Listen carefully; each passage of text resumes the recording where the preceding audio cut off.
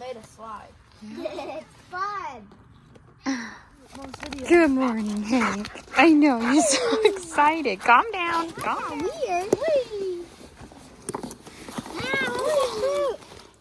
Hello, and welcome back to Johnson Branch Farm. My name is Rachel, and this month I'm going to attempt to participate in Vlogmas, which is where you vlog every day up until Christmas. And I've always wanted to do it, but never been able to actually pull it off. So I'm going to attempt to do it. It's going to be very raw. It's going to be very real. And it's going to be very impromptu, just kind of whatever's going on in the moment. I'm going to grab the camera and I'm going to record. Kind of like right now, Aaron is changing out the propane tank in the back. So I thought it'd be a really great time to go ambush him and have him sort of explain how we heat our off-grid cabin and why we do it the way we do.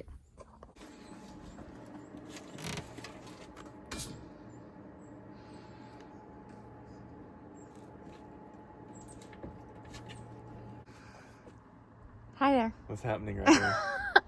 I thought it'd be a good time to kind of show how we heat things. Is that putting you on the spot? Moment, huh? Yeah, that's how we roll. I love spur of the moment. Okay, well, what do you want to know, Lovey? How do we heat our off-grid cabin, and why did we choose to do that? Oh man, well, so couple reasons we chose to do it like this. The solar system that we bought is amazing. I love the company. I love what we did. And as we grow, we'll probably add a little bit more to it. The goal is to eventually use no propane, although I like using the propane. It's really cost efficient. It stores for a long time. So anytime you're with solar, it does amazing, but anytime you're using anything that has a heating coil, like an iron, a stove, a crock pot, anything that has a coil, they just draw a ton of power. And so heaters draw a ton of power. And so in order to kind of find the balance between, before we get a couple more batteries and some more panels to where it can just run, we do have a mini split, 21 SEER mini split, has a heat pump. It would be amazing, and we can totally use that just to heat. The propane heat's just more efficient. Yeah. So I have it ran two ways. So we have a gas hot water heater, and we have a gas furnace, and then we have a gas stove.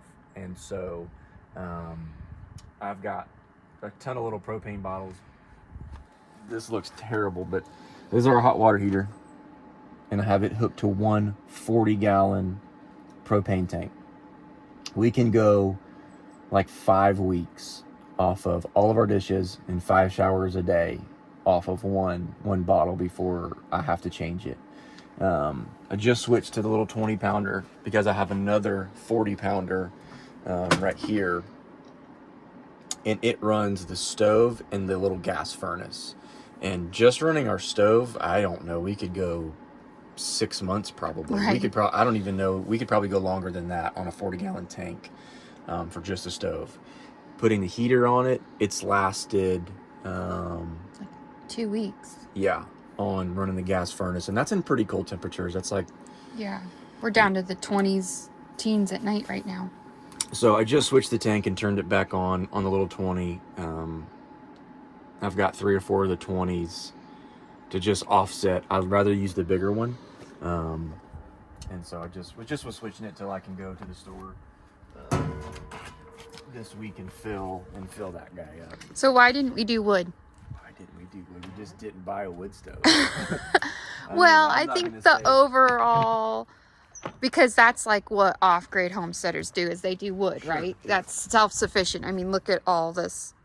We have acres and acres of wood. But I think because really our main reason, correct me if I'm wrong, was because she's putting me on the spot, so I'm just trying our long-term goal for this place wouldn't really be practical for people staying in it.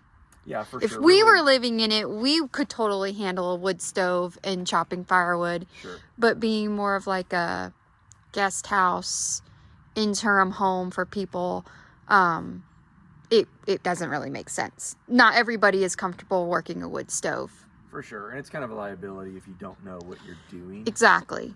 And that's the kids. And for me, it's kind of like having a second, like a backup. So like Yeah. for me, the gas and the electric is like you do have a backup, because cold weather is nothing to play with. Oh, yeah. And I'd rather just have, some extra security with cold weather than Mm-hmm. to just wing it kind of with one source, one heat Yeah. source. Yeah. So, Like when the sun's shining right now, we could probably run the electric for heat. sure. Yep. Yeah, it pulls enough amps to where you can run it but think about at night when there's no sun. Right. That's more of the problem, is when you've got 10 hours of dark and no sun, and we don't have enough battery backup to get us through till the sun comes out and keeps it going. Yeah, So anyway. it's just a good alternative that works really well. It's cost efficient, and it heats this place really, really. What do you think we spend in propane a month, like in peak season, like winter time when it's cold? I think that's $30 To fill that, yeah. to fill that. I think it's $30. Yeah. To fill that up. So you think if that got us 2 weeks, $60 a month. Yeah. To heat the house, and that's with the stove too. Right. It's running. That's That's all of our cooking and everything. yeah. So, and like I said, the other one that runs just the hot water heater, we can get 5, maybe 6 weeks. Yeah. Out of it. Sweet. Anything else you want to add? Not that I can think of. Okay.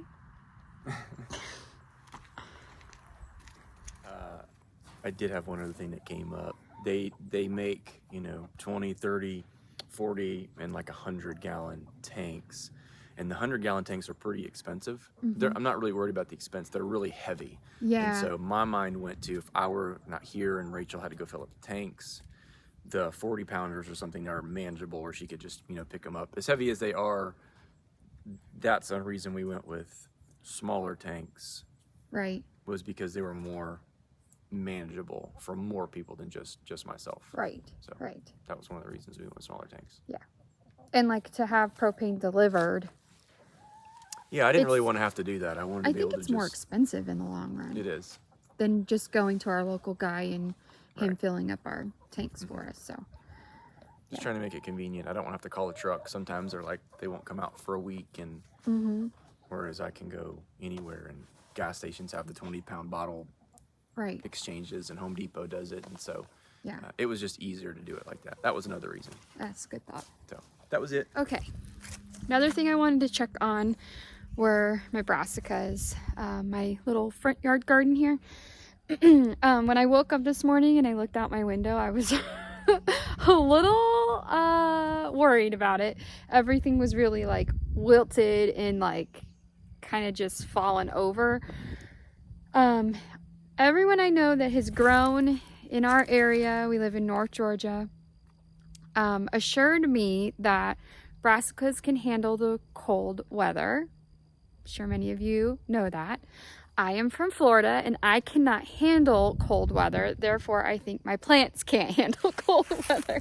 But everything is perked up really nicely right now. I do see some frost damage on some of it, but once we kind of get into the warmer weather of the day, I'm going to come out and water everything really well and see also if that helps keeping your plants really well hydrated really well. Also helps them, weather these frigid temperatures. It's like in the 30s. I joke all the time that I am not built for Alaska and North Georgia is good with me. Also, how cute is this? My oldest put this out here because he just wants to see if anything comes in the garden, which is really awesome.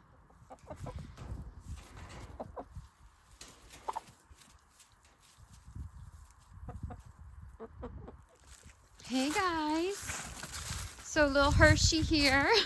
This little guy, he's so cute.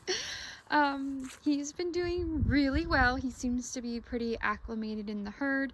He's definitely the low man on the totem pole, but he hangs out with those two a lot. They're kind of also on the low end on the totem pole. She's definitely in charge, and he's a close second. But they are faring well, although you have a little bit of a goopy eye, and I don't like that. We'll have to keep an eye on you, sir. I just filled up all of their minerals and have been giving them, making sure they've got plenty of hay and everything they need to stay warm. I just wormed them. High worm load can definitely be a shock when, you know, cold weather comes. It takes a toll on them, but they're doing good. So far he has bred with these two over here, and I'm just waiting for him to breed with her, and we will have babies come spring and lots of fresh milk. All right, I'm gonna wrap up this vlog for the day. We are all ready to go. We are heading out the door for church. Thank you so much for watching, and may the Lord bless and keep you. Until next time.